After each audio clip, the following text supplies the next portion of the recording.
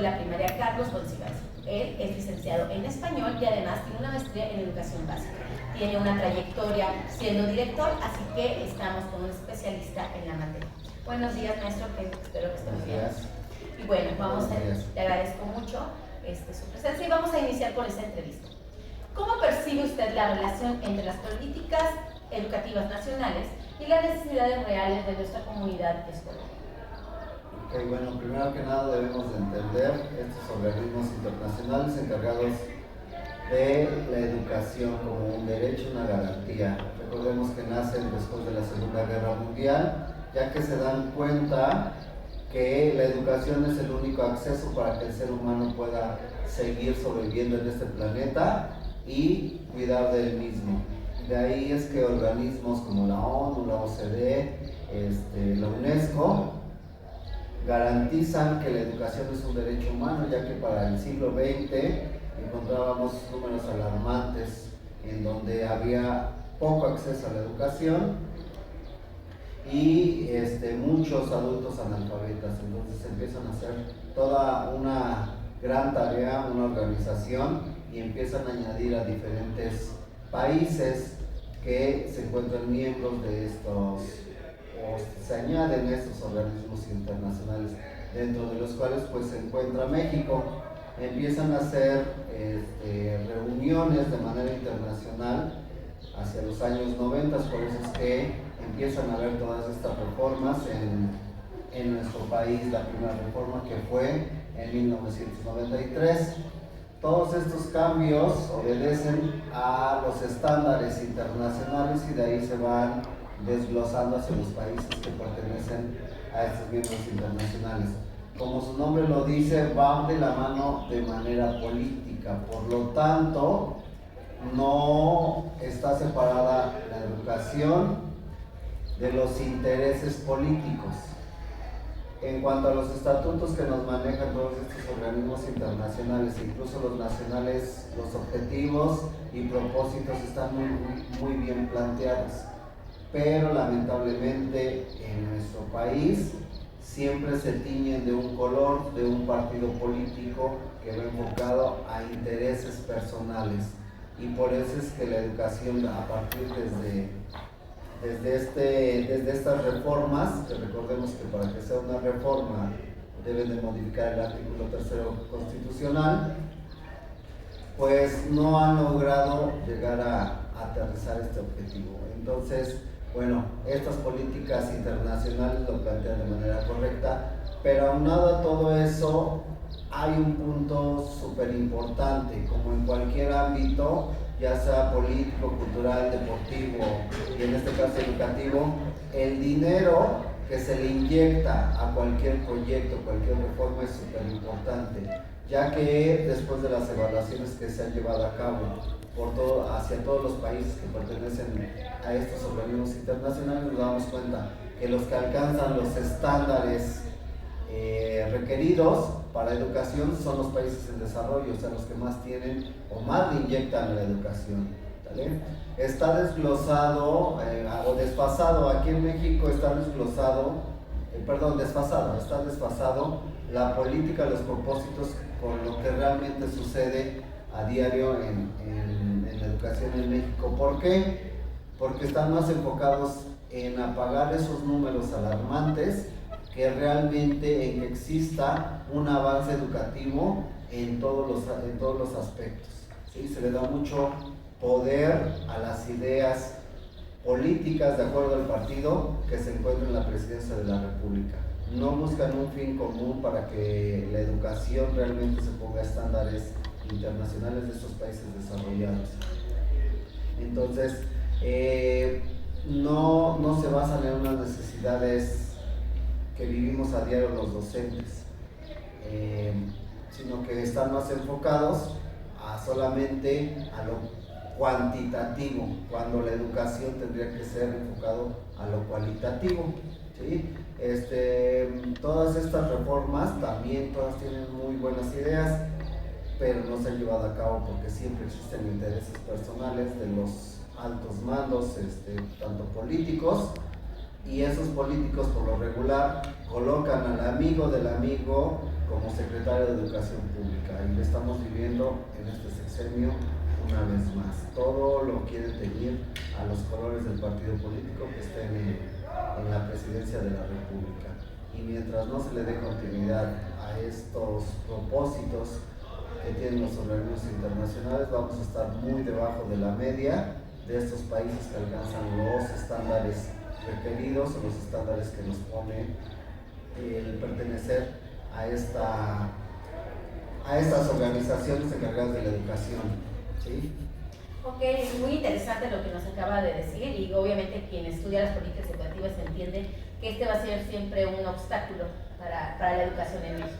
Bueno, continuando con este tema, desde su experiencia como director y como docente, ¿qué barreras se enfrenta realmente a la escuela para garantizar esta educación equitativa y de calidad para todos los estudiantes? Barreras que se detectan desde la parte directiva es la falta de diálogo entre todos los actores. Cada quien interpreta a su manera y a su forma la educación, ¿sí?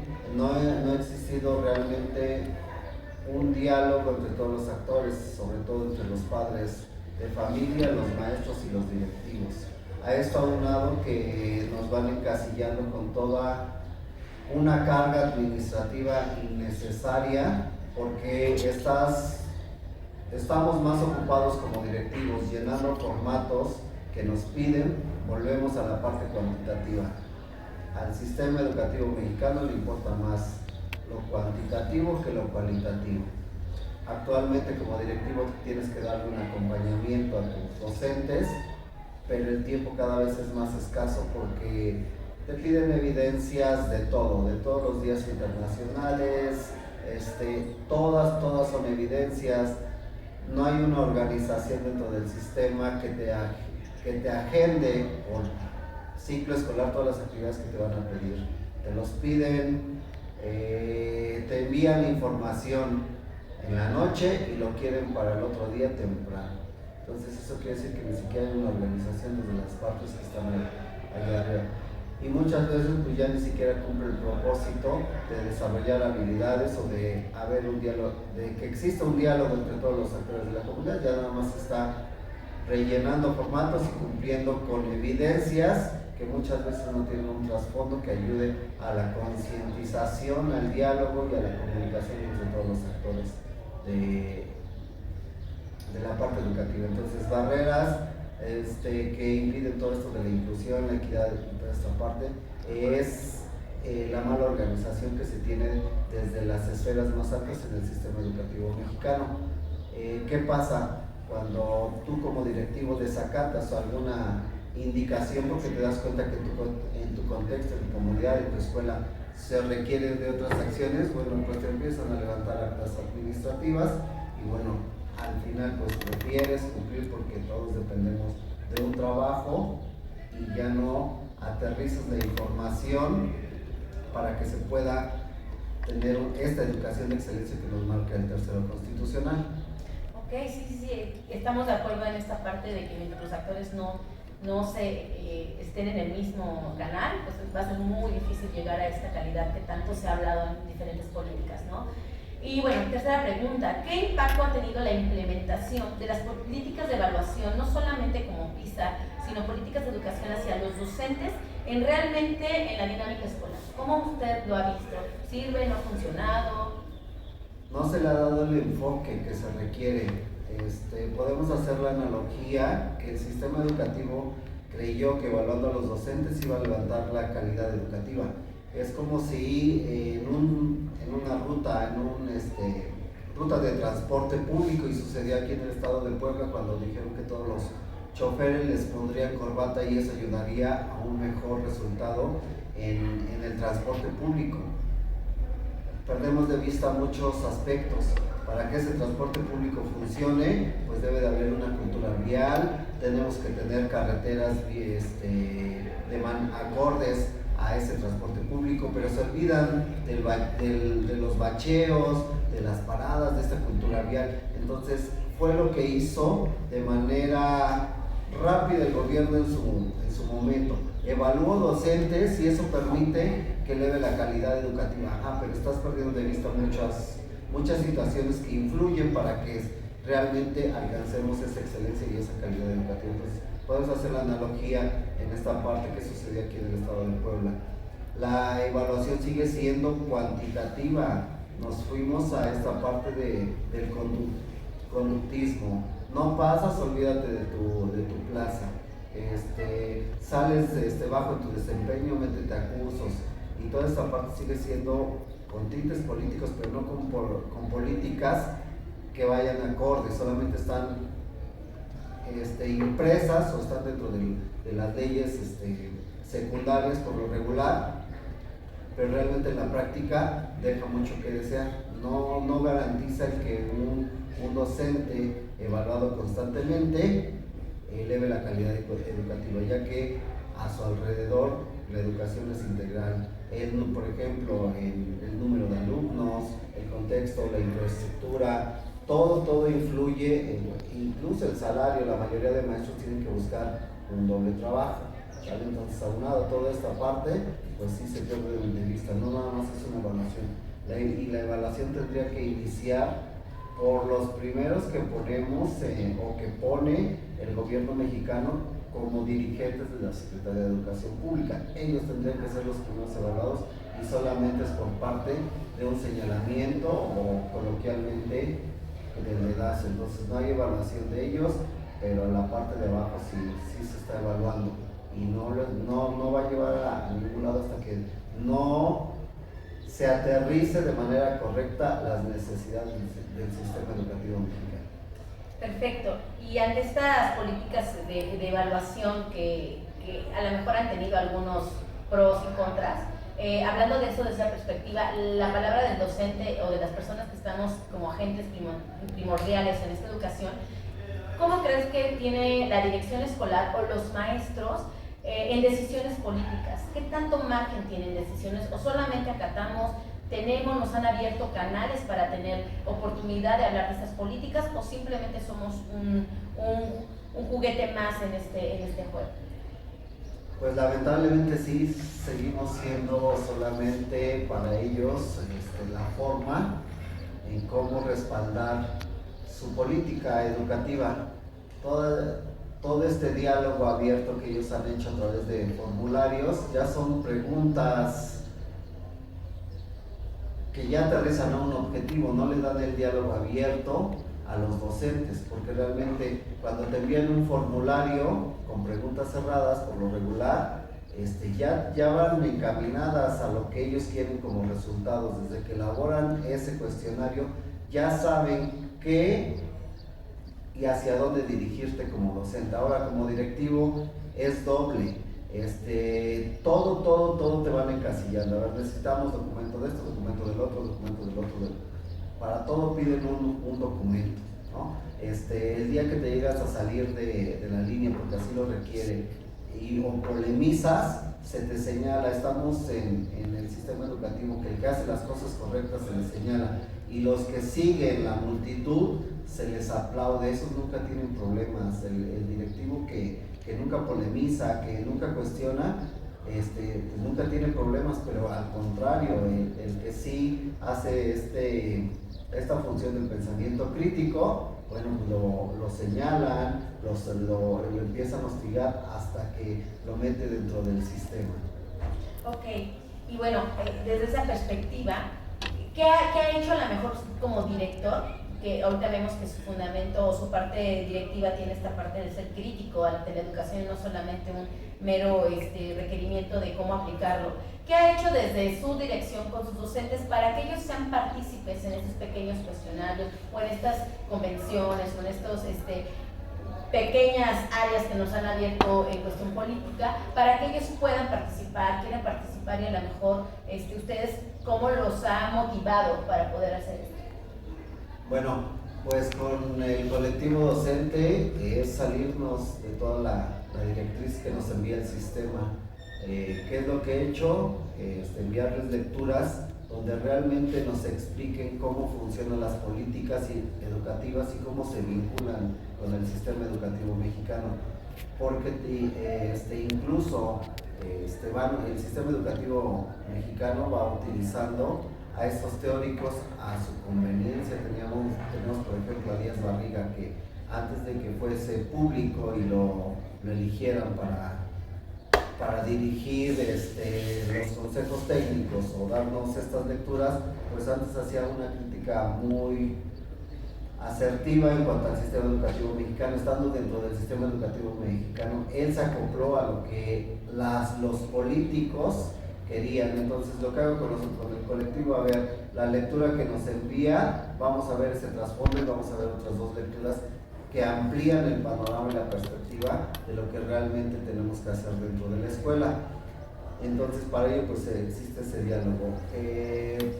Pues en ocasiones hemos tenido que omitir o buscar la forma de cumplir con la parte administrativa o con las evidencias que nos piden, y ocupamos un espacio para ir leyendo diferentes perspectivas de diferentes autores en cuanto a las lecturas que se nos envían en cuanto a los consejos técnicos. Ok, y bueno, ante esto que hablamos sobre que los docentes ya no podemos ser solamente unos partícipes limitados ante la educación, ¿qué formación cree que ahorita necesitamos los docentes para estar frente al grupo y ser no solamente estos maestros que imparten planes y programas, sino que además transforman la educación, sino que además son partidarios de hacer cambios desde la raíz y no solamente desde la parte superior? Está en las matrices, es donde está el cambio. Las normales tendrían que redirigir sus planes y programas de cómo imparten toda esta metodología, estrategias y didácticas, porque cada vez encontramos menos maestros con un compromiso profesional. Por lo regular solamente se está volviendo el ir a cuidar alumnos y el cumplir con una jornada como si estuviéramos en una empresa, cumplir un horario, pero se nos olvida que estamos trabajando con personas que no nada más incluyen lo cognitivo, sino también lo emocional, ahora que he estado, pero siempre urge el cómo enseñarle a los alumnos. Por lo regular siempre los planes y programas están enfocados en el qué, pero no en el cómo. Si nosotros desde niveles básicos de primaria y secundaria les enseñamos a los alumnos a ser estudiantes, cómo ser estudiantes, independientemente de la carrera que tuvieran, se impregnaran de ese compromiso profesional y llevarían a cabo un buen desempeño profesional y una en cuanto a la educación, pues también obtendríamos mejores resultados del perfil de egreso dentro de la educación básica. Entonces sí tenemos que desde las matrices estamos en esta parte y en este dilema de que antes pues era con los universitarios, ahora los normalistas, y ya no sabemos quién es el que imparte mejor las clases. Unos tienen mejor conocimiento, otros tienen pedagogía, pero al final creo que la palabra clave es el compromiso profesional, porque al ser profesionales tenemos que buscar las formas de cómo llevar a cabo nuestro trabajo de manera asertiva con todos los alumnos. Muy interesante, y sí, obviamente las normales deben cambiar. Creo que hasta ahorita en este momento las normales van atrasadas en planes y programas, entonces ni siquiera van saliendo con las planes actuales, ¿no? Entonces van un poquito en retroceso y hay que mejorar desde esa perspectiva. Y ante esto, dos preguntas unidas. ¿Qué modelos internacionales de otros países usted cree que podemos ahora sí copiar México? Porque realmente nos basamos en copiar, pero no copiar, más bien adaptar a nuestra comunidad, que usted considere que sea importante o que podamos nosotros rescatar desde ahí. Y desde esta perspectiva, estructuralmente, ¿qué debemos cambiar en México para que haya una movilidad social real? Que realmente nuestros estudiantes estén mejorando su calidad de vida, estén y estudiando más, que se sigan preparando, porque ahora los niveles superiores, son muy pocos el porcentaje de alumnos que llegan a terminar una licenciatura y ya ni hablar de una maestría o un doctorado. Bueno, los modelos orientales siempre han sido tendencia, ¿no? Siempre nos llevan pasos agigantados y creo que los modelos del oriente, el de China, de Japón, de Corea, la cual su sistema educativo está bajo o normado bajo la disciplina desde los primeros, desde las primeras años educativos. Entonces la disciplina creo que es la parte que manejan muy bien los orientales, ¿no? Y lo proyectan no nada más en la parte educativa, sino en todo, ¿no? Incluso el teléfono que nos está grabando pues es de Oriente, todas estas partes. ¿Por qué? Porque estamos bajo el régimen de la disciplina. Entonces eso es algo importante que ha dejado de lado. Se le da mucha parte, mucho peso a esta parte de derecho. Todo el mundo quiere tener derechos, pero nada de obligaciones. Entonces, en cuanto a la estructura del sistema mexicano, lo mencionábamos hace unos momentos, tienen que ser evaluados las personas que están en las altas esferas del sistema educativo, porque si no, de ahí es desde donde empezamos. Y otra parte importante, la continuidad, porque si analizamos el Plan 93, o la reforma del 93, la del 11, la del 13 y la del 19, en papel tiene muy buenos objetivos. ¿Cuál ha sido el problema? Que no se le ha dado continuidad. Es lamentable que queramos decir que no funciona porque las partes políticas son los que no le han dado continuidad. Y ningún proyecto va a tener o va a aterrizar y va a tener buenos resultados si es que no se le da continuidad. Siempre va con tintes políticos y uno quiere denigrar al anterior y como incluso en el nombre de esta nueva reforma, Nueva Escuela Mexicana, Nueva Escuela Mexicana solamente el nombre, porque recordemos que están recordando a Piaget y a Vygotsky, ¿no? Evaluación formativa está desde los años 50, por ejemplo, y los americanos son los padres en cuanto a la evaluación formativa. Entonces, mientras no exista desde la cabeza alguien preparado, obviamente siempre va y que quiten de lado el color político hacia los planes y programas. Es como vamos a poder aterrizar la educación en México, el sistema educativo mexicano va a poder tener avances. Ya no hablemos de alcanzar a los países desarrollados, por lo menos empezar a estar dentro o de la media. Ok, muy interesante lo que comenta, y al final del día tenemos nosotros nuestro propio papel y tenemos que inmiscuirnos un poco más en las estructuras políticas de la educación y sobre todo entender que no podemos solo. Y ante esto, al final las políticas educativas están diseñadas para la sociedad. ¿Qué papel juegan los padres de familia, la comunidad, e incluso qué papel juegan los recursos, el financiamiento que da el gobierno? Usted como director, ¿cómo lo ve? ¿Qué es lo que hace falta en esta unión para poder crear, al menos desde ahorita, en este momento, desde nuestro ámbito educativo, qué podemos mejorar en esta perspectiva de la unión, de qué papel juega cada uno de ellos para poder fortalecer, al menos ahorita en este momento, la educación?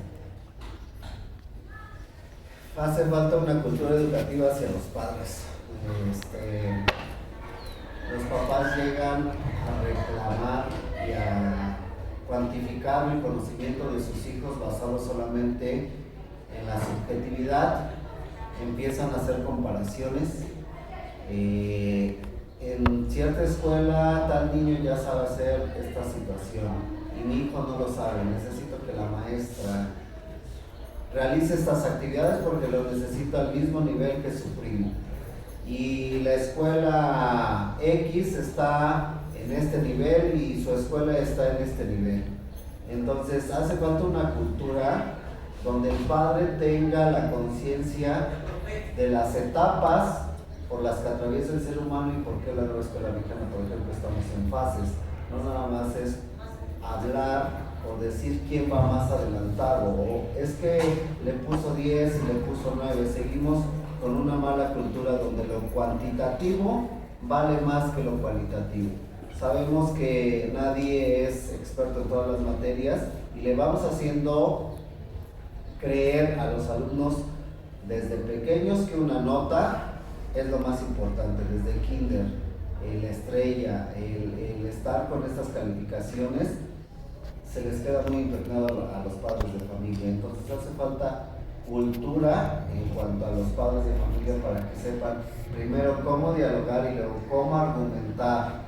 Encontramos que la mayoría de ciudadanos nunca discuten de arquitectura con un arquitecto, no discuten de leyes con un abogado, pero sí tienen el descaro de sugerir pedagogía a los maestros cuando nunca han estudiado pedagogía, ¿no? Y después de todo esto, bueno, pues también encontramos papás maestros que lo primero que llegan a resaltar es su ego y su soberbia para querer decir yo lo sé hacer y por qué no lo están haciendo de esta manera. Entonces sí necesitamos una cultura en que se vaya quitando esto. Me refería con los modelos orientales, donde no existen evaluaciones en los primeros años de vida, se dedican a desarrollar habilidades sin ninguna calificación y le quitan mucho peso a estandarizar a todos los alumnos y a creerles que un número es el que les va a hacer. Sí es importante, sí, porque la evaluación formativa va de la mano con la sumativa, siempre debemos de tener un rasgo y va de la mano, pero se le ha dado más peso a lo cuantitativo que a lo cualitativo.